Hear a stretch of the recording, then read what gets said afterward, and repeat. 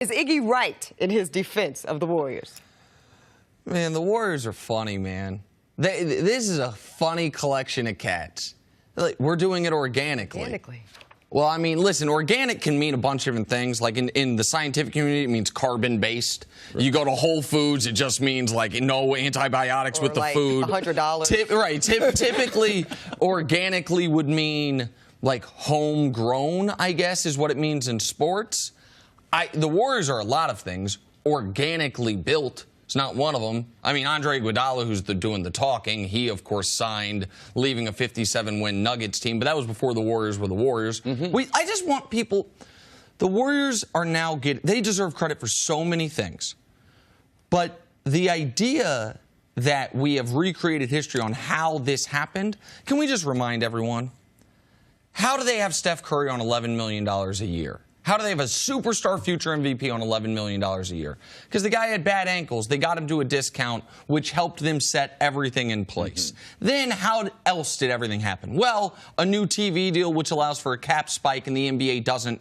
The NBA PA says we're not going to do smoothing. There's going to be 1 year of a cap spike. What happens the year leading into the cap spike? Well, their biggest competition, OKC, is up 3-1 on them. Klay Thompson has one of the greatest games in NBA history, and the Thunder end up blowing a 3-1 lead. The Warriors then end up blowing a 3-1 lead of their own. Both of those things had to happen to go along with a year-long tampering with Kevin Durant via their biggest competition, to all culminate in Draymond Green crying in the parking lot after the NBA Finals, begging KD to come join them. All of those things happened and had to happen. Couldn't have happened without Steph's contract. Couldn't have happened without the TV deal. Without KD going there, Draymond does not go there. The idea that Draymond went there because it's culturally the best thing. He went there because no other team in the league had more than 2 All-Stars. They had 4, and he could become the 5th. I mean, listen, they did everything within the rules. Theoretically, they are the champions. But the idea that, oh, no, it's about our ethos. It's about our striving for greatness that makes us attractive. Nah, man. It's none of the above. It's about the game being easier in Golden State than anywhere else. And quit kidding yourself otherwise. Yeah. Now, you told that story in an organic fashion, considering organic can be anything. One slight correction. I know now that because Boogie came from the Pelicans to the Warriors, he's the villain, but he's not Draymond. Though Draymond was already there. You said Draymond coming over. I'm sorry. I apologize. Thank you. No, but your story was, it's beautiful. Otherwise, the beautiful story works. Yeah. And very accurate. Yeah. Absent of Kevin Durant, all right, the Warriors, and this is where Iggy was right. Okay. They do play a brand of basketball that is cutting edge, and it has been grown organically. We never thought that we could have a team that could shoot that many threes, be led by the 3-ball, but they don't do it just with the 3. They do it with ball movement. Now, they have 2 of the greatest shooters ever, so that makes that system. It's like if you had 2 great players, whatever system, like the triangle with Phil Jackson, it's going to be successful. Right. Jordan, Shaq, and Kobe, when those things happen, the triangle worked. When you didn't have great players, the triangle didn't look as good. I like watching the Warriors play. Sure. They didn't need Kevin Durant, so now the conversation becomes, how good is the system, or is it just a collection of players? So it's hard to enjoy watching the Warriors play since they've added Kevin Durant, but the build-up to Kevin Durant, man, it was beautiful. Watching them win 73 games, it was amazing. But it wasn't as if they were unbeatable then. Right. Now when you add Kevin Durant, it's really, really hard to say, well, what is it, the system? Or is it the totality of the talent that they can throw at? And yesterday was the anniversary of the '92 Dream Team beating Croatia to win the gold medal. What system was that team running? Oh, wait, it didn't matter because they was thumping everybody on the head. Gold medal game, they won by 32 points. It was the closest game in their Olympic run. They did have a great system.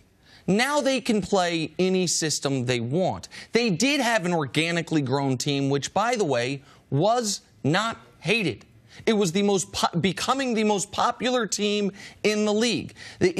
Everyone seems to understand, by the way, Kevin Durant seems to understand that everything changed when he went there. And the denialism otherwise, it's just ahistorical. Like, this team was not, and one last point on them playing the right way. there is forget the winning. There's a brand of the Warriors antagonistic, front-running, whining to the refs, they led the entire league in ejections last year by a mile. That rubs people the wrong way. The way game one of the finals, if we remember, of course we remember the JR and LeBron's great game. But how about Draymond? After playing terribly, Draymond doing the pom-pom thing to Kendrick Perkins, Steph laughing and giggling when with the final minute of overtime in LeBron's face. Like, that rubs people the wrong way. That's not about playing basketball when we were talking about way. playing the right way, I'm sorry, because I should have said the way they move the basketball. They lead the NBA in touches and passes. And assists every year. I mean, so it is amazing to be able to see that, especially with talented players sharing the wealth and sharing on the offensive end of the court. And they're one of the top 3 defensive teams. So how they do basketball that wise, I didn't explain that part. That part technique, right there. You know about technique. Yes. But let's get to it, fellas. The question I want to ask you both, and I want you to just give me a yes or no on it and then explain. They can do it. You said it, Nick. They've done it technically the right way, by the book. What they've done has been allowable by NBA rules. But just because you can do something doesn't mean you should do something. So is what the Warriors are doing, and KD and all these guys, is it ruining NBA basketball? I won't say ruining, but it's not good. So I'm not giving you a yes or no, but I don't think it's good for it. I don't think it's good that one team has 5 All-Stars, no other team has more than 2. There's no team with 3 All-Stars, no team with 4 All-Stars. There's one team with 5. The guy talking, Andre Iguodala, Finals MVP, not even included amongst that group. Like they've got 5 starting All-Stars and a Finals MVP coming off the bench. Like, I don't think it's good. I don't think it's good going into the league, going into a season when the intrigue is about next offseason. I happen to not believe that's good, and so I don't think it's ruining. Ruining's too strong of a word, but no, I don't like it. I certainly don't like it even more. No, the ruin part is not true, because the NBA right now is as popular as it's ever been. From a branding standpoint, from a viewership standpoint, from clicks daily, Instagram, Twitter. If you look at all those things, if you look at our show, all right? In the month where we didn't have anything but NBA in the offseason, all right, we did well. So it's doing well for the brand. It's growing basketball. It's not what we prefer to see, but one thing that I've said, and about LeBron, I said this to Nick recently, was what the Warriors have done, it brought out the best in LeBron James. Okay. And he's the best player in the world. So you can say it hurt basketball overall is who can win a championship. Yes, and it's only going to last for a certain period of time. And maybe maybe that's part of it, and I just need to readjust my eye, because in the last 2 NBA Finals, LeBron's averaged 34, 10, and 10. 34, 10, and 10, the last 2 finals, and he's 1-8.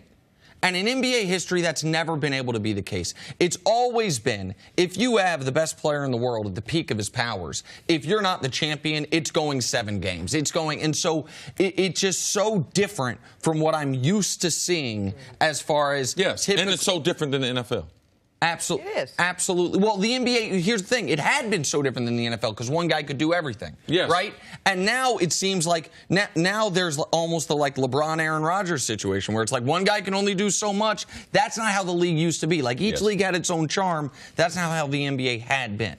Thanks for watching. Subscribe here to get the latest from the show. Also, be sure to check out more of the best clips from First Things First, or go watch a few segments from our other shows on FS1.